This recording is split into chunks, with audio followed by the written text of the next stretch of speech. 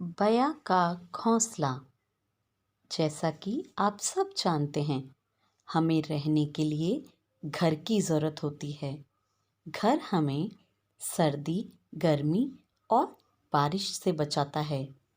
हमारी ही तरह पशु पक्षियों को भी रहने के लिए घर की ज़रूरत होती है।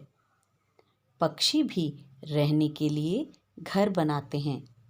उनके घर को घोंसला कहते हैं। सभी पक्षियों का घोंसला अलग अलग तरह का होता है। वे अपनी ज़रूरत के अनुसार घोंसला बनाते हैं। बया पक्षी जो कि बहुत ही सुंदर घर बनाते हैं, बहुत ही मेहनत और संगठित होकर वह बहुत ही सुंदर घर का निर्माण करते हैं। बया पक्षी अपना घर किस प्रकार बनाता है, आइए पाठ को पढ़कर समझते हैं। बया का घोंसला। बया अपना घोंसला कब और किस प्रकार बनाती है, आइए जानते हैं। मई से लेकर सितंबर तक नर बया अपना घोंसला बनाता है। सुबह से शाम तक वह घोंसले के लिए सामग्री जुटाने में लगा रहता है। जब घोंसला आधा बन जाता है, तब मादा बया घोंसले की जांच के लिए आती है। अगर उसे घोंसला पसंद आ जाता है, तो वह नर बया के साथ मिलकर उसे पूरा करती है। यदि उसे घोंसला पसंद नहीं आता, तो वह उड़कर कहीं और चली जाती है। तब नर बया इस घोंसले को अधूरा छोड़कर कहीं और दूसरा घोंसला बनाने लगता है। इसलिए कई जगह बया के अध बने घोंसले भी दिख जाते हैं।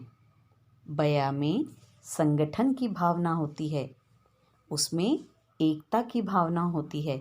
इसलिए वह समूह में एक ही पेड़ पर घोंसला बनाना पसंद करता है।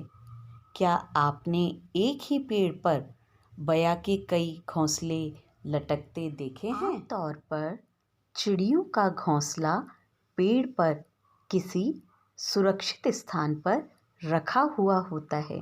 लेकिन अगर आपको कभी किसी पेड़ पर लटका हुआ कोई घोंसला दिख जाए, तो समझ लीजिए कि यही घोंसला बया का घोंसला है।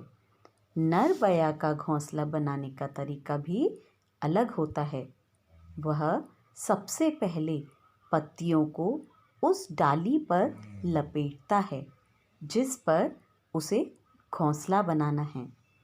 इसके बाद वह तिनकों और पत्तियों की पतली पट्टियाँ छीलकर उन्हें बारीकी से बुनकर घोंसले का बाहरी हिस्सा बनाता है। घोंसले के अंदर वह बड़ी कारीगरी से एक छोटी सी दीवार बुनता है, जो कि घोंसले की पूरी ऊंचाई तक नहीं होती। इस दीवार से घोंसले के अंदर दो भाग हो जाते हैं। इनमें से एक भाग कटोरी की तरह होता है। मादा बया अपने अंडे इसी खाने में रखती है। अपने घर में घुसने के लिए बया नीचे के खुले भाग से अंदर जाती है और एक खाने से होती हुई दूसरे खाने में बड़ी कुशलता से चली जाती है। इस घोंसले की विशेषता यह है कि और कोई पक्षी घोंसले के अंदर नहीं घुस सकता। अगर घुस भी जाए तो अंडों तक नहीं पहुंच सकता। इस प्रकार बया अपने झूलते हुए घर में सुरक्षित रहती है।